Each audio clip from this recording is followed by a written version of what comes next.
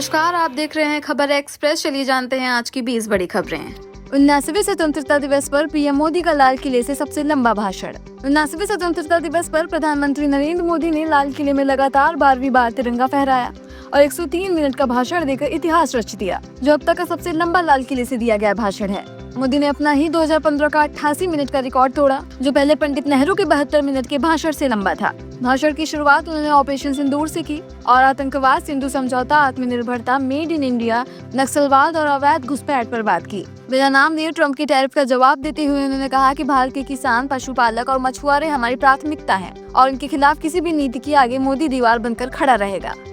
स्वतंत्रता दिवस समारोह में बारिश के बीच खास नजारे और भावुक पल। 79वें स्वतंत्रता दिवस पर प्रधानमंत्री नरेंद्र मोदी ने 12वीं बार लाल किले पर तिरंगा फहराया और इससे पहले राजघाट जाकर महात्मा गांधी को श्रद्धांजलि दी।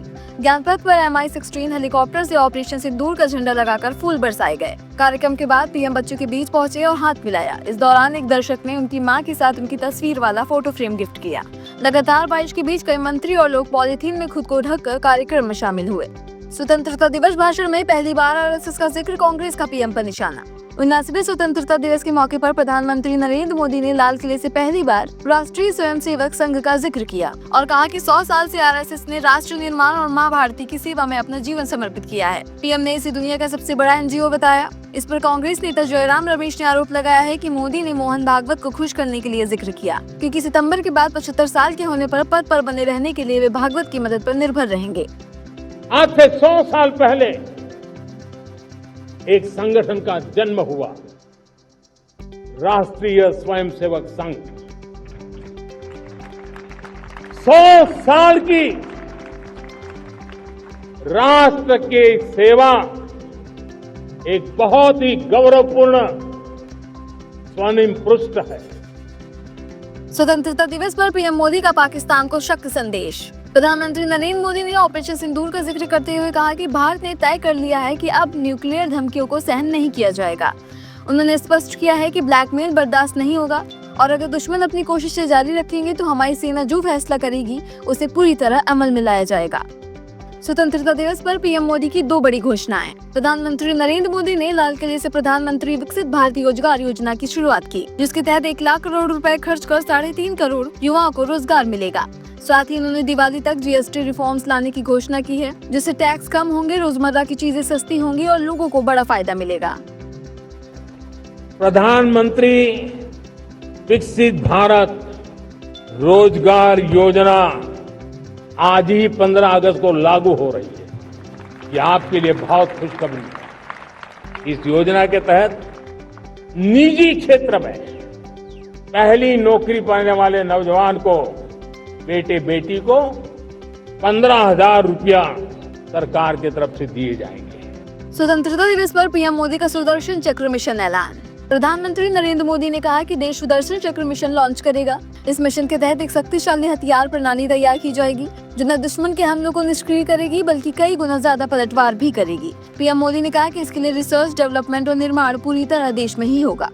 किश्तवाड़ में बादल फटने से तबाही, 65 की मौत, 200 से ज्यादा लापता।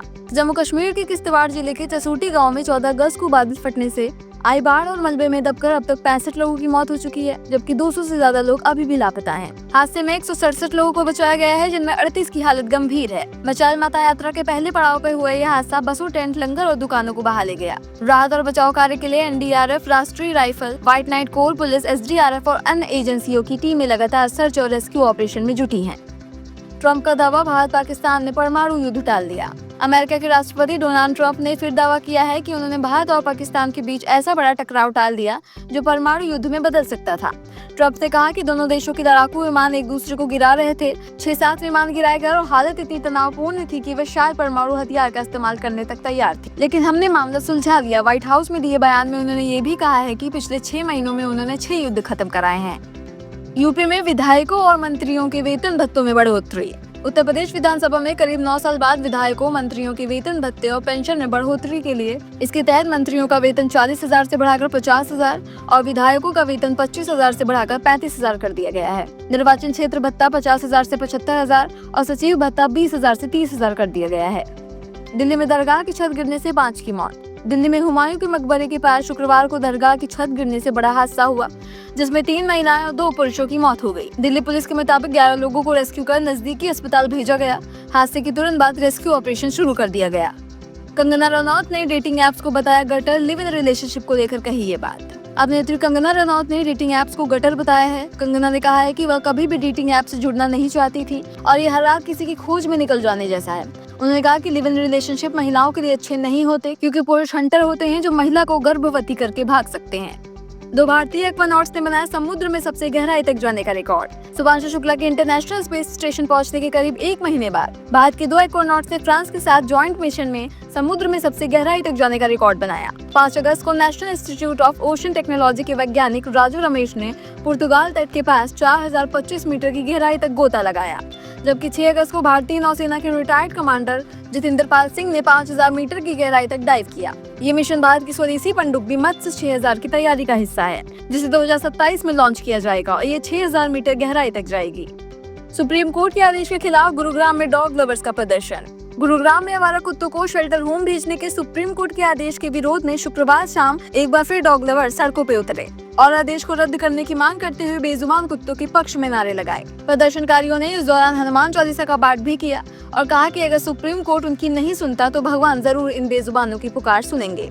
यह इस मुद्दे में गुरुग्राम में हुआ दूसरा प्रदर्शन है।